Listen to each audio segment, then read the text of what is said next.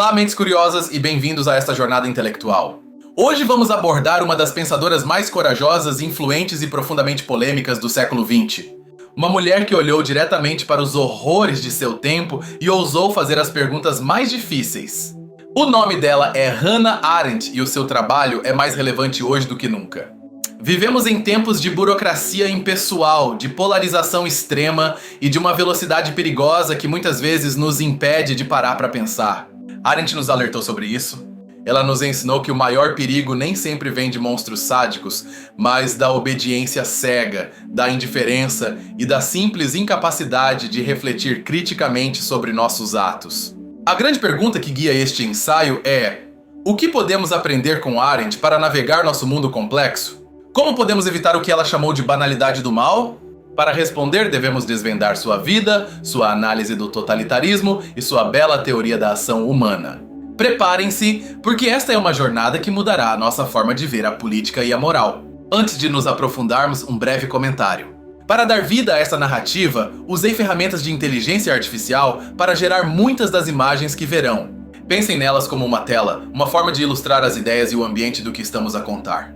Nem sempre serão uma representação literal, mas um acompanhamento visual para que deixem a imaginação voar comigo. Espero de coração que o desfrutem. Para entender Arendt, primeiro devemos entender a sua vida. Nasceu em 1906 na Alemanha, numa família judaica secular. Foi uma estudante brilhante de filosofia, aluna de gigantes como Martin Heidegger e Karl Jaspers. Mas a sua vida acadêmica foi truncada. A chegada dos nazis ao poder em 1933 mudou tudo. Ela não só viu a catástrofe política, mas o colapso moral.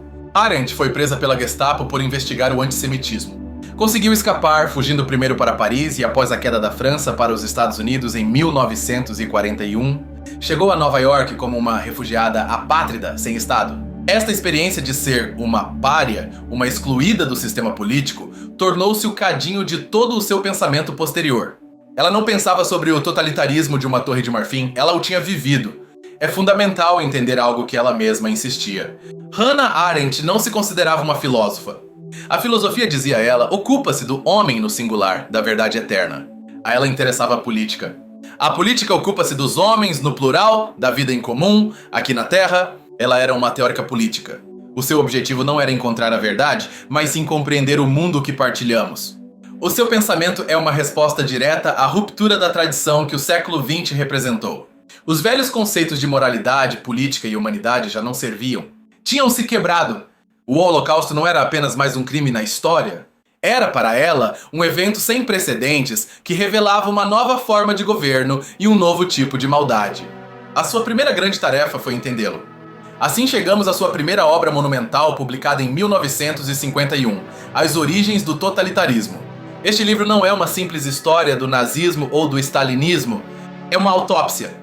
Arendt procurava os elementos que, ao cristalizar, criaram esta forma de governo completamente nova e monstruosa. Queria entender não só o que aconteceu, mas como foi possível. Arendt identificou 3 elementos-chave que convergiram. O primeiro foi o antissemitismo, que passou de um preconceito religioso a uma ideologia política que definia um inimigo global. O segundo foi o imperialismo, a expansão burocrática pela própria expansão que ensinou a Europa a tratar povos inteiros como descartáveis em lugares como África e Índia. O terceiro elemento, e o mais crucial, foi o colapso do Estado-nação e o aparecimento de milhões de pessoas apátridas e supérfluas. Refugiados como ela. Pessoas que não tinham direito a ter direitos porque nenhum governo as reconhecia. Esta massa de gente desenraizada, sem lugar no mundo, tornou-se o material perfeito para os movimentos totalitários. Mas o que é exatamente o totalitarismo para Arendt? É crucial distingui-lo de uma tirania ou ditadura simples. Um ditador quer todo o poder. Um regime totalitário quer o controle total. Não só controla o que fazes, mas o que pensas e, em última instância, quem és. O seu objetivo não é só oprimir as pessoas, é transformar a própria natureza humana. O totalitarismo, diz Arendt, baseia-se em 2 pilares gêmeos: ideologia e o terror. A ideologia totalitária é uma lógica de ferro. É uma ideia única, a luta de raças para os nazis, a luta de classes para os stalinistas, que pretende explicar absolutamente todo o passado, o presente e o futuro. Não deixa espaço para a dúvida, a contradição ou a experiência real. Se a ideologia é a lógica, os terrores é o motor. Mas não é só terror como ferramenta para assustar os oponentes. No totalitarismo, o terror torna-se total e arbitrário. É usado contra inimigos objetivos, pessoas que não fizeram nada de errado, mas que são culpadas simplesmente por existirem, como os judeus ou os kulaks. O terror é usado inclusive contra os próprios membros do partido. O objetivo final do terror totalitário, diz Arendt, é fazer com que os seres humanos sejam papéis de supérfluos. Os campos de concentração não eram só para matar pessoas ou explorá-las, eram laboratórios para apagar a individualidade, a espontaneidade e a dignidade. Eram fábricas para destruir a própria ideia do humano, para demonstrar que nada importa, que ninguém será recordado. E a condição que permite que isto floresça é a solidão ou o isolamento. Não a solidão de estar só, mas o isolamento de não pertencer a um mundo comum. Quando as pessoas estão isoladas, desenraizadas, desconfiam umas das outras e perdem o senso comum, tornam-se presas fáceis da lógica de ferro da ideologia. O totalitarismo destrói o espaço entre as pessoas. Esta análise é sombria, mas Arendt não parou por aí. Tendo diagnosticado a pior doença política, dedicou o resto da sua vida a procurar a cura, ou pelo menos a saúde. Se o totalitarismo era a destruição total da política, o que era então a política na sua forma mais pura e humana? Isso a levou a escrever a sua segunda grande obra, A Condição Humana. Publicada em 1958, A Condição Humana é a obra mais luminosa de Arendt. Nela, ela analisa a vida ativa, as três atividades fundamentais que correspondem à nossa condição de seres humanos na Terra. Estas não são uma hierarquia de melhor a pior, mas sim três modos distintos de ser. A primeira atividade é o labor core labor. Isso corresponde à nossa condição biológica. É o trabalho que fazemos para nos mantermos vivos, cultivar alimentos, comer, dormir, dar à luz. O labor é cíclico, repete-se sem fim, e os seus produtos são consumidos quase de imediato. É a vida como pura sobrevivência. Arendt associa-o ao animal laborans, o animal que trabalha. A segunda atividade é o trabalho, work. Isso corresponde à nossa mundanidade, o facto de que não só vivemos, mas habitamos um mundo artificial que construímos. O trabalho cria coisas duradouras, uma mesa, uma casa, uma obra de arte, um livro. Dá permanência e estabilidade à nossa existência. É a atividade do Homo faber, o homem criador ou artesão. O labor nos mantém vivos e o trabalho constrói o nosso mundo. Mas para Arendt, a atividade mais elevada, aquela que nos torna plenamente humanos, é a terceira, a ação e action. A ação corresponde à condição da pluralidade e pede o facto de que vivemos na Terra não sozinhos, mas entre outros seres humanos, cada um único e diferente. O que é a ação? É agir e falar juntos. É a única atividade que se dá diretamente entre pessoas, sem a mediação das coisas. Quando agimos e falamos, não só fazemos algo, mas revelamos quem somos, a nossa identidade única. A ação é onde mostramos a nossa coragem, a nossa prudência, a nossa excelência. É para Arendt a política no seu sentido mais verdadeiro. A ação tem duas características-chave. Primeiro, a non-imprevisibilidade.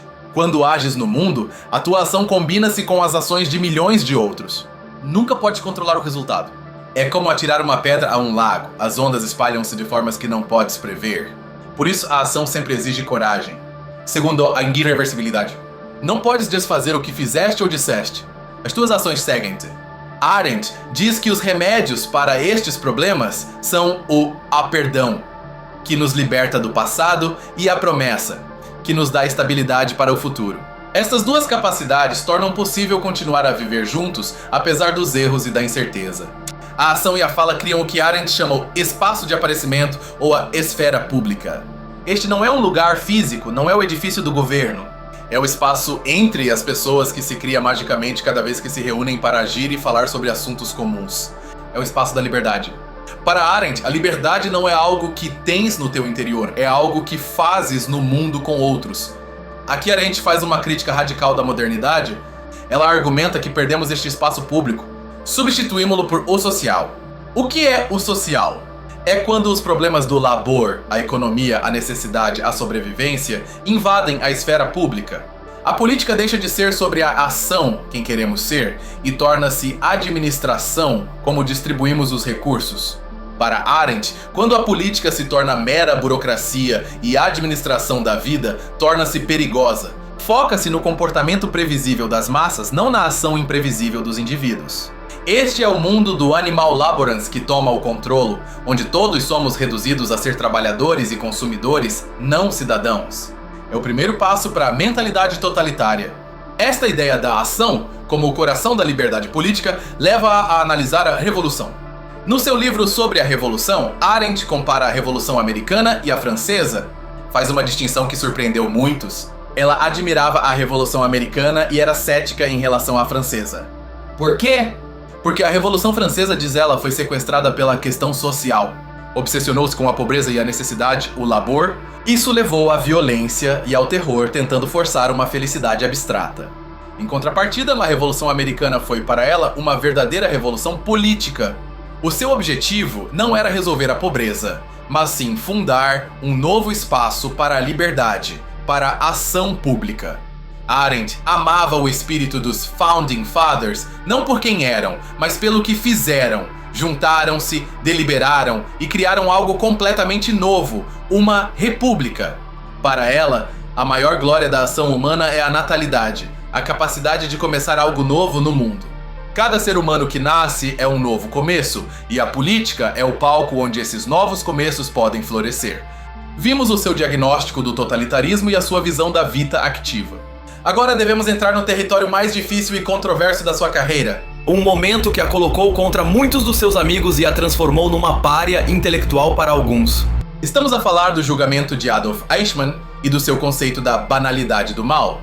Em 1961, Arendt viajou para Jerusalém como repórter para a revista The New Yorker para cobrir o julgamento de Adolf Eichmann. Eichmann tinha sido um dos principais burocratas nazis, o organizador logístico-chave por trás da deportação de milhões de judeus para os campos de extermínio. O mundo inteiro esperava ver a encarnação do mal absoluto, um monstro sádico. Mas o que Arendt viu naquela cabine de vidro não foi um monstro. Viu um homem medíocre, um burocrata, um homem que, segundo ela, era terrivelmente e assustadoramente normal. Não era um Mephistófeles. Era um homem cuja única habilidade aparente era organizar horários de comboios e seguir ordens com uma eficiência zelosa. E isso a impactou profundamente. Aqui nasce o seu conceito da banalidade do mal. É crucial entender o que não significa isso. Não significa que o mal seja trivial ou que o Holocausto fosse algo comum. Absolutamente não. Significa algo muito mais profundo e assustador. Que o mal mais extremo, o mal em escala industrial, pode ser cometido não por fanáticos ou sociopatas, mas por gente normal que se recusa a pensar. O problema de Eichmann, escreveu Arendt, não era que odiasse os judeus, embora provavelmente o fizesse, mas que era incapaz de pensar. Falava em clichês, em frases feitas do regulamento. Não podia pensar da perspectiva de outra pessoa. A sua maldade era banal porque era thoughtless, sem pensamento. Era um burocrata obediente que nunca parou para confrontar a horrível realidade das suas ações. Arendt não estava a desculpar Eichmann. Pelo contrário, estava a acusá-lo de um crime diferente e mais profundo, o crime de abnegação do pensamento. Eichmann não era estúpido. Era inteligente no sentido burocrático, mas recusou-se a exercer a sua capacidade humana de julgar, de distinguir o bem do mal, de ter um diálogo interno, simplesmente seguiu ordens. Quando a sua reportagem Eichmann em Jerusalém, um relatório sobre a banalidade do mal, foi publicada, a reação foi uma tempestade de fogo. Foi atacada ferozmente, especialmente por outros intelectuais judeus. Acusaram-na de ser fria, de não ter coração e inclusive de culpar as vítimas, já que mencionou a cooperação de alguns líderes judeus com os nazis, um ponto historicamente complexo, mas que ela sentiu ser necessário para entender a maquinaria. A controvérsia a isolou, mas também a forçou a aprofundar o seu argumento. Se a falta de pensamento era a condição que permitia o mal banal, então o que é exatamente pensar? E como pode o ato de pensar servir como um escudo moral? Isso a levou ao seu último grande projeto, a sua obra inacabada, A Vida da Mente. Arendt, voltando às suas raízes filosóficas, explorou o que fazemos quando pensamos. Distinguiu entre me conhecer e knowing e pensar e thinking. Conhecer é a busca da verdade, é o que a ciência faz. É útil, mas é um processo que busca um fim. O conhecimento acumula-se, mas pensar para Arendt é diferente. Pensar não tem um fim, é um diálogo. Inspirada em Sócrates, Arendt definiu o pensamento como o 2 em 1. O diálogo silencioso que eu tenho comigo mesmo. Quando penso, divido-me em 2. Eu pergunto e eu respondo. É neste espaço interno onde examino as minhas ações, as minhas crenças e as minhas palavras. O pensamento, diz Arendt, não nos dá um código moral ou uma lista de regras. Não nos diz o que fazer. O que faz é algo mais subtil. O pensamento interrompe, faz-nos parar, questiona os clichés e as ordens, cria um espaço para o julgamento. O pensamento é como um vento que desenraiza as nossas opiniões preconcebidas e nos força a examiná-las. Aqui está a conexão moral. Uma pessoa que pensa, neste sentido socrático, não pode cometer facilmente atrocidades. Porque, como diz Arendt, a pergunta-chave do diálogo interno é: posso viver comigo mesmo depois de fazer isto? O pensador precisa de manter a harmonia com o seu outro eu. O assassino, o mentiroso, o burocrata do genocídio destruiu essa relação interna. Eichmann não era malvado porque fosse um monstro, mas porque nunca pensou. Nunca teve esse diálogo, simplesmente obedeceu. Aceitou a solução final como mais uma regra do jogo.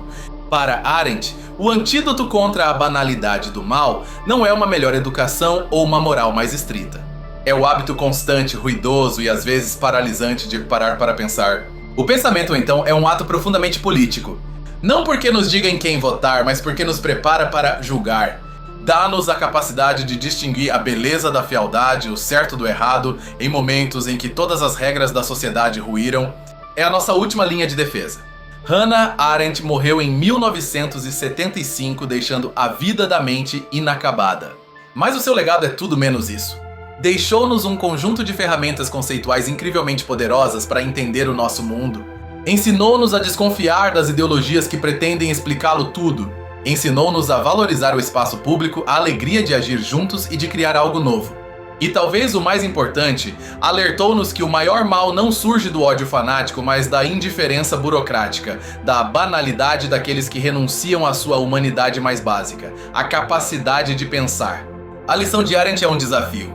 É um chamado a viver uma vida de ação e de pensamento.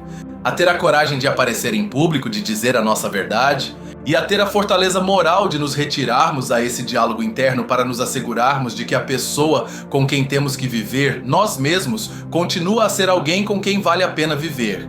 Obrigado por me acompanharem nesta jornada profunda e complexa pelo pensamento de Hannah Arendt. Não é uma pensadora fácil, mas é uma pensadora essencial. Espero que esta análise vos tenha dado novas ferramentas para olhar o mundo e a vocês mesmos com maior clareza. Se este ensaio te fez pensar, por favor, partilha-o. Comenta abaixo qual que é a ideia de Arendt que mais te impactou. É a banalidade do mal? Ou a beleza da ação? E se ainda não o fizeste, inscreve-te para mais análises profundas das ideias que deram forma ao nosso mundo. Até a próxima, continuem a pensar. Agora regressemos à vida ativa por um momento. A distinção de Arendt entre labor, trabalho e ação não é apenas acadêmica. Tem implicações diretas em como valorizamos as coisas. Na sociedade moderna, argumenta ela, elevamos o labor acima de tudo. Vivemos numa sociedade de trabalhadores, ou melhor, de laborantes, onde o sucesso é medido pela produtividade e pelo consumo. Mesmo o trabalho, o work, a criação de coisas duradouras, foi desvalorizado. Um artesão que passa um mês a fazer uma cadeira perfeita é visto como ineficiente comparado com uma fábrica que produz 1000 cadeiras descartáveis. Perdemos o apreço pela permanência por um mundo estável que possamos chamar de lar. Tudo se tornou consumível, tão efêmero como o labor. E a ação, a política, desapareceu quase por completo, substituída pela burocracia. As decisões importantes já não são debatidas na praça pública por cidadãos. São tomadas em escritórios por especialistas e administradores que gerem a economia ou a saúde pública como se fossem problemas técnicos, não decisões morais sobre como queremos viver juntos. A crítica de Arendt é que esta sociedade de laborantes nos torna vulneráveis. Ao reduzir-nos a seres que só procuram sobreviver e consumir, perdemos a capacidade de agir. Perdemos a nossa liberdade. Tornamo-nos dóceis, conformistas e, o que é pior, supérfluos. Se o teu único valor é o teu trabalho, o que acontece quando uma máquina pode fazê-lo melhor? Por isso, para Arendt, recuperar a ação é um ato de resistência. Cada vez que te reúnes com os teus vizinhos para arranjar um parque, cada vez que organizas um clube de leitura para debater ideias, cada vez que participas numa manifestação pacífica, estás a criar um espaço de aparecimento. Estás a agir. Estás a ser um cidadão, não apenas um consumidor. Isto também redefine a grandeza. Para Arendt, a grandeza não reside nos grandes homens, nos Napoleões ou nos Césares que impõem a sua vontade. A grandeza reside no próprio ato de agir juntos. Reside na promessa dos fundadores americanos, na coragem dos movimentos pelos direitos civis, em qualquer grupo de pessoas que ousa começar algo novo. Agora, aprofundemos um pouco mais na controvérsia de Eichmann, porque é vital não a interpretar mal. Quando Arendt falou da banalidade, não disse que Eichmann fosse inocente ou que a sua maldade fosse menor. Disse que o tipo de maldade era novo. Era uma maldade que não requeria convicção demoníaca. Apenas requeria uma falta total de empatia e de pensamento. De facto, Arendt apoiava a sentença de morte para Eichmann. Por quê? Porque, embora o seu motivo fosse banal, o seu ato foi um ataque à própria humanidade. Ao decidir quem podia e não podia viver no planeta, tinha violado o princípio fundamental da pluralidade humana. Tinha feito o impensável e por isso não lhe podia ser permitido continuar a partilhar o mundo conosco. A parte mais dolorosa para os seus críticos foi a sua discussão sobre o papel dos conselhos judeus, Judenrat. Ela salientou que, em muitos casos, estes conselhos colaboraram com os nazis, criando listas e organizando deportações na esperança de salvar alguns. Para Arendt, isso foi um colapso moral. Mostrava como, sob pressão totalitária, as pessoas podiam ser levadas a participar na sua própria destruição. Os seus críticos acusaram-na de culpar as vítimas de ser uma judia que se odiava a si mesma. Mas Arendt via isto de outra maneira. Para ela, era a prova mais trágica de como o totalitarismo destrói o espaço de aparecimento, como isola as pessoas e destrói a sua capacidade de ação e resistência coletiva. Não era uma acusação, era parte da autópsia do horror. A lição que ela extraiu disto é que, quando a maquinaria burocrática do mal se põe em marcha, a única resistência verdadeira é o não-se individual. O não da pessoa que se recusa a obedecer, que se recusa a ser uma engrenagem. A pessoa que pensa e decide, não consigo viver comigo mesmo se fizer isto. É o triunfo do 2 em 1 socrático sobre a obediência cega. Voltemos à vida da mente. Arendt planeava 3 volumes, Pensar, Querer, Willing e Julgar, Judging. Só completou Pensar e a maior parte de Querer antes de morrer. Julgar ficou como um fragmento, mas é talvez o mais importante. Se Pensar é o diálogo interno e Querer é a capacidade de iniciar o novo, julgar é a nossa faculdade política por excelência. O julgamento para Arendt é a capacidade de pensar da perspectiva dos outros. Não é empatia, sentir o que tu sentes, mas sim o que ela chamou de mentalidade ampliada. É a capacidade de imaginar como o mundo é visto de outros pontos de vista e depois usar essa informação para formar uma opinião imparcial sobre um assunto comum. É o coração do senso comum que nos une. Eichmann carecia completamente dessa capacidade. Não podia imaginar a realidade das suas vítimas. Só podia ver a sua folha de cálculo, os seus horários de comboios. O seu mundo encolheu-se à sua secretária. Tinha perdido o senso comum, o sentido que nos conecta ao mundo partilhado. O totalitarismo destrói a capacidade de julgar ao destruir o espaço público onde podemos praticá-la. Então, como cultivamos o pensamento e o julgamento numa era de redes sociais, bolhas de filtro e fake news? Arendt dir-nos-ia que devemos procurar ativamente a pluralidade. Devemos falar com pessoas que não concordam conosco. Devemos ler livros que nos desafiem. Devemos desligar o ruído e tirar um tempo para o lento e silencioso diálogo do 2 em 1. Ela não oferece soluções fáceis. Arendt não é uma pensadora de autoajuda. É uma pensadora que nos exige coragem. A coragem de agir e a fortaleza de pensar. Lembra-nos que a liberdade não é um presente. É uma responsabilidade. É algo que deve ser ganho e recriado por cada nova geração no frágil espaço de aparecimento que construímos juntos. Pensemos na linguagem. Arendt estava obcecada com a linguagem. A forma como Eichmann usava clichês e linguagem burocrática não era acidental, era uma ferramenta para ocultar a realidade. Chamar ao assassinato em massa a solução final, ou reassentamento, é um ato de violência contra o pensamento. É uma linguagem projetada para impedir o julgamento. Hoje, vemos isso na linguagem corporativa, na gíria política, nos eufemismos que usamos para descrever a guerra ou a injustiça. Danos colaterais, reestruturação de pessoal, eficiência operacional. Arendt gritaria para pararmos, para chamarmos as coisas pelos nomes, para usarmos a linguagem para revelar a realidade, não para a ocultar. Pensar requer uma linguagem clara. A sua análise do totalitarismo também nos alerta sobre a lógica de ferro da ideologia. Qualquer sistema de pensamento, seja de esquerda ou direita, que afirme ter a resposta única para todos os problemas do mundo, é totalitário no seu cerne. A política real, a política humana, é desordenada, contraditória e baseia-se no compromisso, não na pureza ideológica. Arendt nos pede que abracemos a pluralidade do mundo. que aceitemos que há muitas perspectivas e que a verdade não é propriedade de ninguém. A verdade, ou melhor, o sentido, emerge do diálogo entre pessoas que, embora diferentes, partilham um mundo comum e a responsabilidade de cuidar dele. É um chamado à humildade intelectual. Consideremos o seu conceito de autoridade. Arendt distinguia entre poder, violência e autoridade. O poder surge da ação coletiva, muita gente agindo junta. A violência é instrumental, uma arma. Mas a autoridade baseia-se no respeito, na tradição. Ela lamentava a perda de autoridade no mundo moderno, o que nos deixa apenas com a coerção ou a persuasão. Esta perda de autoridade, no governo, na educação, na religião, nos deixa à deriva. Mas também nos obriga a assumir a responsabilidade de julgar por nós mesmos. Já não podemos apelar a o que sempre se fez. Devemos em cada momento usar o nosso próprio pensamento para navegar o mundo. É um fardo, mas também é a própria definição da liberdade adulta. A crítica de Arendt à sociedade também se estende à nossa vida privada. A obsessão moderna pela psicologia, pelo eu interior, ter-lhe-ia parecido suspeita. Para ela, a identidade não se encontra no interior, cria-se no exterior, no espaço público, através das nossas ações e palavras. Somos o que fazemos, não o que sentimos. Em resumo, Hannah Arendt é uma companhia difícil, mas necessária, nega-nos o conforto das soluções simples.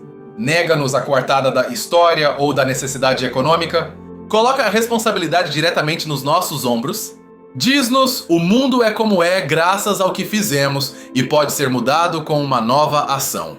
Obriga-nos a perguntar, estamos laborando para sobreviver? Estamos trabalhando para construir um mundo duradouro? Ou estamos agindo para criar um espaço de liberdade? E o mais importante, estamos a parar para pensar, a ter esse diálogo conosco mesmos que é a nossa última e melhor defesa contra o mal? O legado de Arendt não é um sistema filosófico, mas sim um chamado à coragem. A coragem de ser únicos, de aparecer em público, de julgar o mundo por nós mesmos e de aceitar a aterrorizante, mas libertadora responsabilidade dos nossos atos. Ela nos ensinou que a política não é sobre poder, é sobre liberdade e que a liberdade se funda na nossa capacidade de começar algo novo.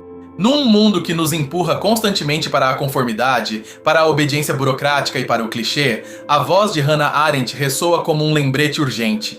Lembra-nos que o antídoto contra o mal não é uma ideologia melhor. O antídoto é o pensamento. O antídoto és tu em diálogo contigo mesmo, recusando-te a ser uma engrenagem na máquina. Não deixem de pensar, não deixem de agir. E não deixem de cuidar do mundo que partilhamos. Obrigado de todo o coração por me terem acompanhado nesta densa mas vital análise.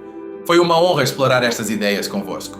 Se esta jornada intelectual te trouxe valor, considera inscrever-te para não perderes futuras análises. E adoraria ler as tuas reflexões nos comentários. O que é que mais levas de Hannah Arendt? Até a próxima, mentes curiosas.